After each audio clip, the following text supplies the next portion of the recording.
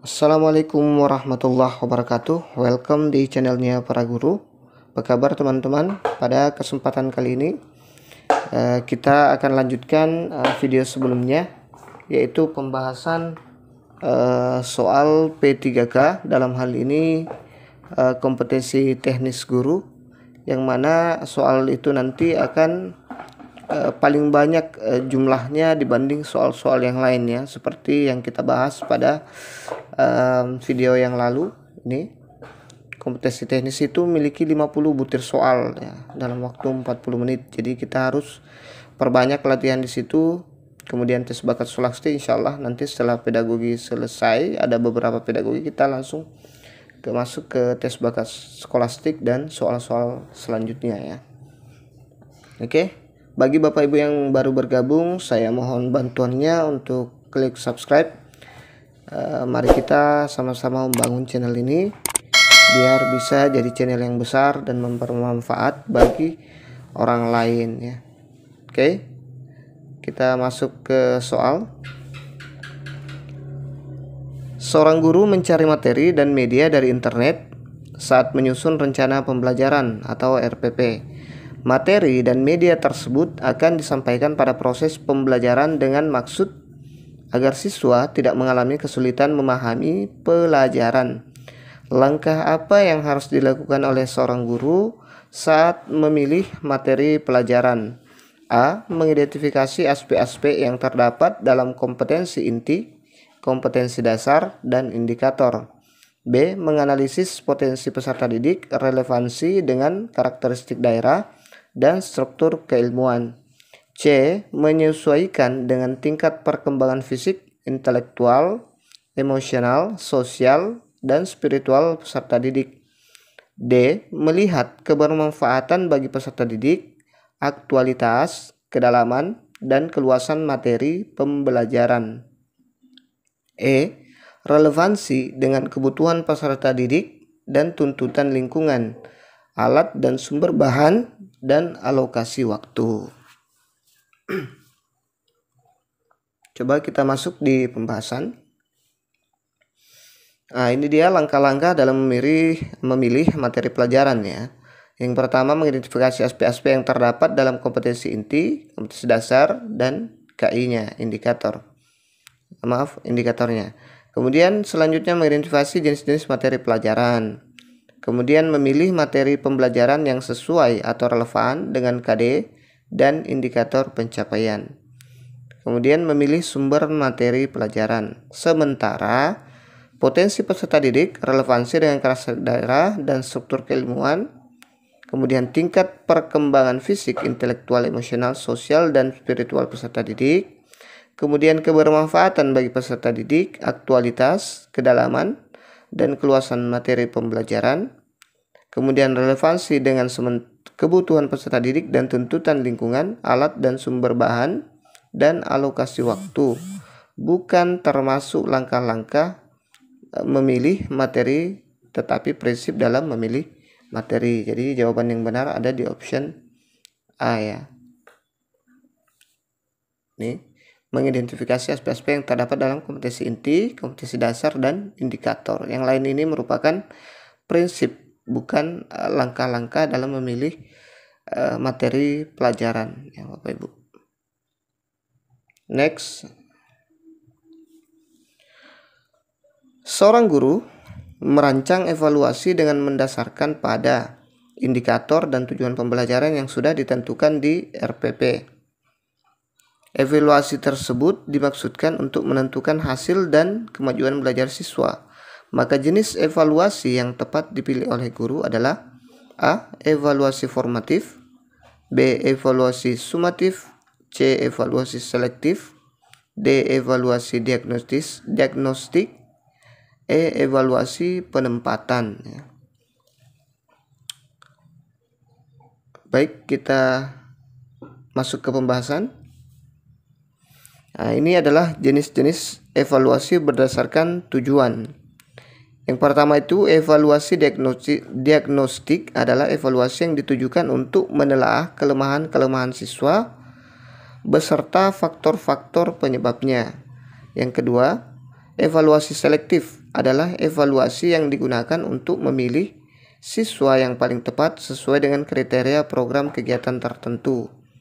Yang ketiga, evaluasi penempatan adalah evaluasi yang digunakan untuk menempatkan siswa dalam program pendidikan tertentu yang sesuai dengan karakteristik siswa. Keempat, evaluasi formatif adalah evaluasi yang dilaksanakan untuk memperbaiki dan meningkatkan proses belajar dan mengajar. Kemudian evaluasi sumatif adalah evaluasi yang dilakukan untuk menentukan hasil kemajuan belajar siswa. Jadi yang benar adalah evaluasi sumatif ya.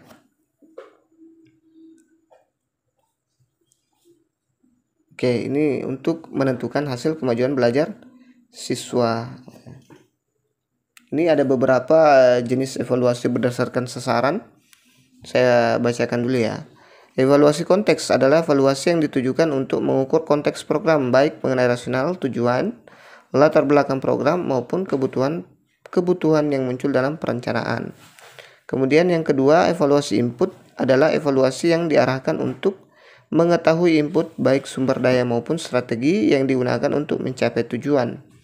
Yang ketiga, evaluasi proses adalah evaluasi yang ditujukan untuk melihat proses pelaksanaan, baik mengenai kelancaran proses, kesesuaian dengan rencana, faktor pendukung, dan faktor hambatan yang muncul dalam proses pelaksanaan, dan sejenisnya. Yang keempat, evaluasi hasil atau produk adalah evaluasi yang diarahkan untuk melihat hasil program yang dicapai sebagai dasar untuk menentukan keputusan akhir, diperbaiki, dimodifikasi, ditingkatkan, atau dihentikan. Evaluasi outcome atau lulusan adalah evaluasi yang diarahkan untuk melihat hasil belajar siswa lebih lanjut, yaitu evaluasi lulusan setelah terjun ke masyarakat. Ini jenis evaluasi berdasarkan lingkup kegiatan pembelajaran. Evaluasi program pembelajaran, evaluasi yang mencakup terhadap tujuan pembelajaran, isi program pembelajaran, strategi belajar mengajar, aspek-aspek program pembelajaran yang lain. Yang kedua, evaluasi proses pembelajaran, evaluasi yang mencakup kesesuaian antara proses pembelajaran dengan garis-garis besar program pembelajaran yang ditetapkan, kemampuan guru dalam melaksanakan proses pembelajaran, kemampuan siswa dalam mengikuti proses pembelajaran. Yang ketiga, evaluasi hasil pembelajaran. Evaluasi hasil pembelajaran mencakup tingkat penguasaan siswa terhadap tujuan pembelajaran yang ditetapkan, baik umum maupun khusus, ditinjau dari aspek kognitif, afektif, psikomotorik. Kemudian, jenis evaluasi berdasarkan objek dan subjek, evaluasi berdasarkan objek. Nah, evaluasi input adalah evaluasi terhadap siswa mencakup kemampuan, kepribadian, sikap, keyakinan. 2. Evaluasi transformasi adalah evaluasi terhadap unsur-unsur transformasi proses pembelajaran antara lain materi, media, metode, dan lain-lain. 3. Evaluasi output adalah evaluasi terhadap lulusan yang mengacu pada ketercapaian hasil pembelajaran. Berdasarkan subjek, evaluasi internal adalah evaluasi yang dilakukan oleh orang dalam sekolah sebagai evaluator, misalnya guru. Kemudian kedua, evaluasi eksternal adalah evaluasi yang dilakukan oleh masyarakat luar sekolah sebagai evaluator, misalnya orang tua masyarakat. Itu bedanya ya Bapak Ibu. Sebaiknya Bapak Ibu ambil pulpen ya, biar bisa merangkum hasil pembahasan kita, karena di sini dibahas secara rinci, serinci-rincinya ya Bapak Ibu. Oke, jadi yang benar adalah evaluasi sumatif ya. Next, di sekolah seorang guru menuliskan beberapa aturan seperti dilarang menginjak rumput dan mencoret-coret meja. Hal ini merupakan pembiasaan kepada peserta didik agar berkembang kecerdasan A. Naturalis, B. Kinestetis, C. Visual spatial, D. Verbal linguistik, E. Logis matematis. Kalau di sini bisa ditebak ya, ini jawabannya bisa ditebak Bapak Ibu, yang mana kira-kira kita mau tumbuhkan dari ini pembiasaan ya. Kata pembiasaan itu dia bisa sama dengan naturalis di sini. Oke, kita masuk di pembahasan.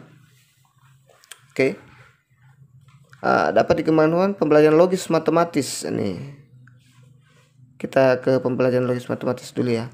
Menceritakan masalah yang dihadapi sehari-hari, kemudian dipecahkan dengan bantuan pemikiran matematis dengan mengatur waktu penyelesaian dengan tepat dan efektif. Kemudian yang kedua, merencanakan suatu eksperimen dengan menggunakan metode ilmiah yang diawali dengan mengungkapkan masalah, membuat hipotesis, melakukan percobaan, menafsirkan data, dan menarik kesimpulan. Kemudian, membuat diagram Venn untuk mempolakan masalah agar mudah. Kemudian 4, membuat analogi untuk menjelaskan sesuatu sehingga sudah mudah dipahami. Misalnya menjelaskan tentang peristiwa erosi diwujudkan dengan analogi menumpahkan air pada kepala yang tidak berambut. Air akan cepat mengalir ke badan. Kemudian yang kelima, menggunakan keterampilan berpikir dari tingkat rendah hingga berpikir tingkat tinggi untuk menyelesaikan masalah.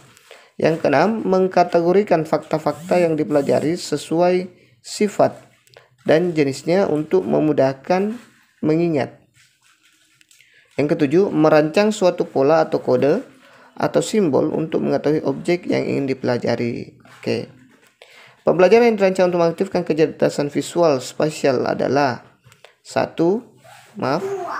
visualisasi. Penerapan metode ini dengan menciptakan layar lebar di benak siswa, guru dapat membimbing dengan memejamkan mata dan membayangkan apa yang baru saja mereka pelajari dan minta untuk menceritakan kembali.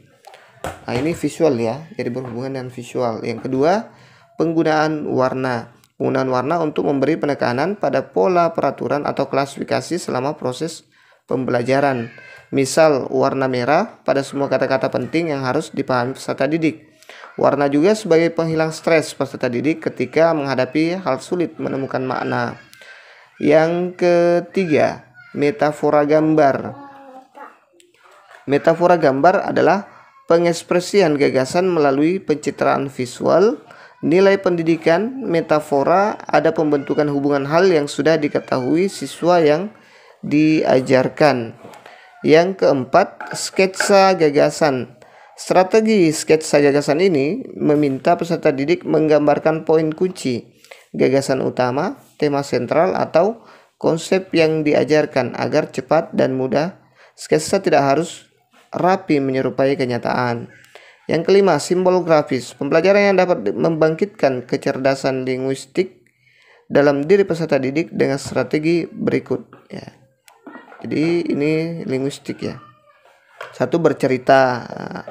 Sedang menceritakan kisah yang dimiliki kepada temannya sebayanya. Sebagian yang lain merasa malu. Mendengarkan cerita melibatkan keterampilan mendengar dan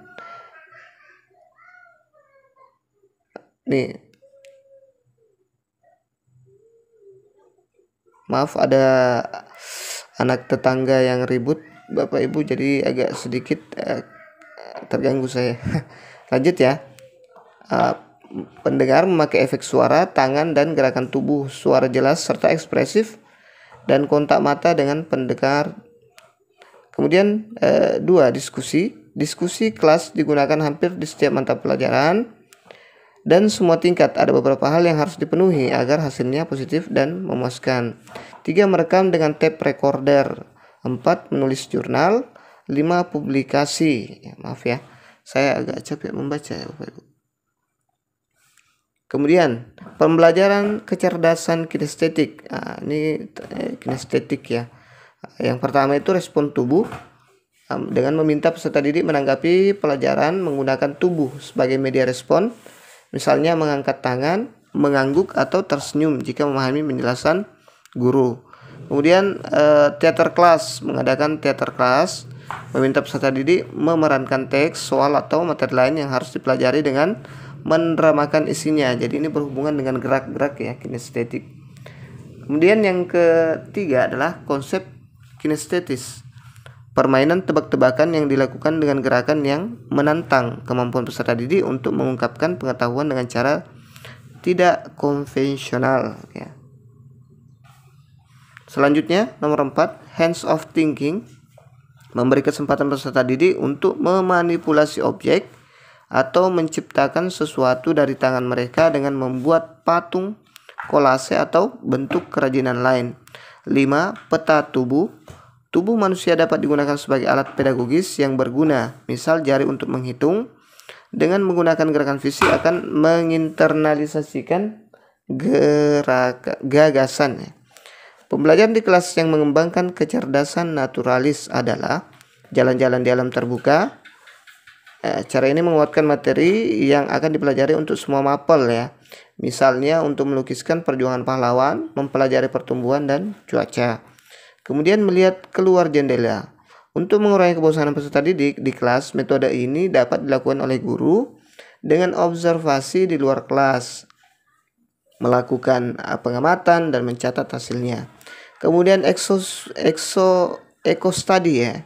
Strategi ini mengintegrasikan kepedulian peserta didik pada kelangsungan bumi untuk semua mata pelajaran, misal tidak menginjak rumput, tidak membuang sampah sembarangan. Jadi jawaban yang tepat adalah option A ya. Dia termasuk mengembangkan kecerdasan naturalis ya. Nih. Oke, kita ke nomor selanjutnya.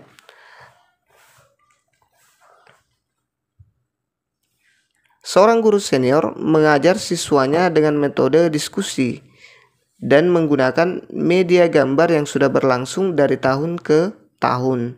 Pada awal semester baru 2019, siswa di kelas tersebut diketahui 70% memiliki preferensi belajar kinestetik, sehingga mereka tidak fokus saat pembelajaran dan diskusi berlangsung. Siswa lebih senang jika mengerjakan tugas yang diberikan oleh guru. Dari kasus tersebut, pembelajaran yang paling tepat dipilih oleh guru adalah A. Kooperatif, B. Project based learning, C. Contextual, D. Inquiry ya, ini salah tulis ya, E. Discovery ya. Kira-kira metode mana yang cocok dengan kasus guru senior ini? Nah, dia cenderung tidak mengganti media gambar yang media yang dia gunakan ya. Nah, ini kemudian mendapat siswa yang 70% aktif dengan kinestetiknya. Oke, kita masuk ke pembahasan. Nih, kooperatif ya. Pada intinya adalah suatu strategi pembelajaran yang terstruktur secara sistematis, di mana siswa-siswa bekerja sama dalam kelompok-kelompok kecil dengan anggota antara 4-5 orang secara heterogen untuk mencapai tujuan-tujuan bersama. Kemudian problem solving merupakan kerangka konseptual tentang proses pembelajaran yang menggunakan masalah real ya, dalam kehidupan nyata atau otentik ya. Bersifat tidak tentu, terbuka dan mendua untuk merangsang dan menantang siswa berpikir kritis untuk memecahkan masalah. Kemudian project based learning atau PJBL merupakan strategi pembelajaran yang dikembangkan berdasarkan penerapan proyek dengan melibatkan siswa menyelidiki masalah dunia nyata.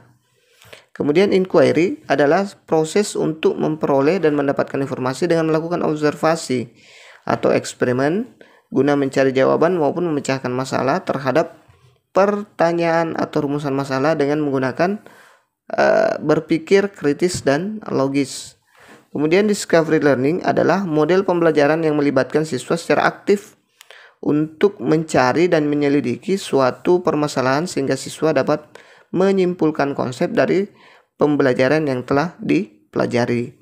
Kemudian selanjutnya contextual teaching and learning adalah konsep pembelajaran yang membantu guru mengaitkan antara materi yang diajarkan dengan situasi dunia nyata siswa dan mendorong siswa membuat hubungan antara pengetahuan yang dimilikinya dengan penerapannya dalam kehidupan mereka sehari-hari ya.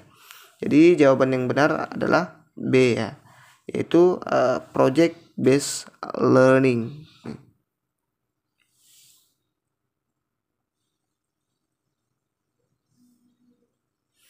Oke.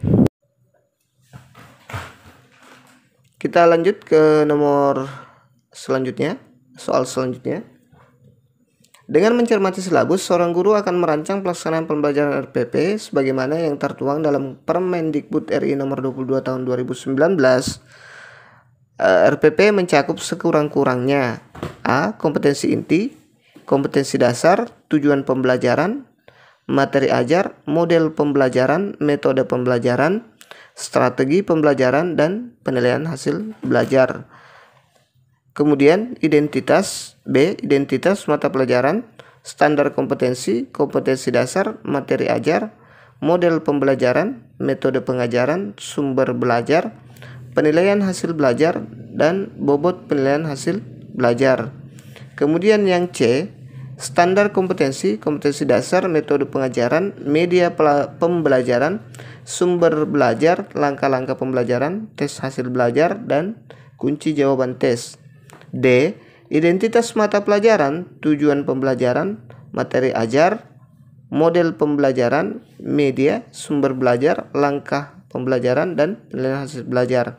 Kemudian yang E. Identitas sekolah, identitas mata pelajaran, tujuan pembelajaran, materi ajar, media, sumber belajar, langkah pembelajaran, dan penilaian hasil belajar. Jadi kalau Bapak Ibu lihat ada Permendikbud RI nomor 22 tahun 2019, tinggal cari saja yang punya identitas sekolah ya. Di sini kan tidak ada identitas sekolah. Nah, jadi ini sekurang-kurangnya ada identitas sekolah, identitas mata pelajaran. Nah, gitu ya. Jadi cari dulu yang ada identitas sekolahnya. Kemudian kalau sama-sama punya, kemudian lanjut ke identitas mata pelajaran. Kemudian tujuan pembelajaran, materi ajar ya, gitu ya. Kalau masih bisa diidentifikasi begini ya gampang ya, kita langsung cepat bisa menjawab. Kemudian ini pembahasannya, komponen RPP Permendikbud nomor 22 tahun 2019. Yang pertama itu identitas sekolah, identitas mapel, kelas atau semester, materi pokok, alokasi waktu, tujuan pembelajaran, kompetensi dasar dan indikator, materi pembelajaran, metode pembelajaran, media pembelajaran, sumber belajar, langkah-langkah pembelajaran, evaluasi hasil belajar ya. Jadi ini adalah komponen RPP Permendikbud nomor 22 tahun 2019 ya. Jadi harap dipahami baik-baik ya. Kalau bisa buat ringkasan saat nonton video ini biar bisa lebih paham ya. Ulang-ulang kalau masih ada yang belum paham atau ada sedikit pertanyaan boleh berkomentar di komentar. Itu saja mungkin dulu, kita lanjut lagi nanti soal kompetensi teknis kemampuan guru khususnya pedagogi ini. Insyaallah jangan lupa subscribe, like, dan share. Assalamualaikum warahmatullahi wabarakatuh. Terima kasih.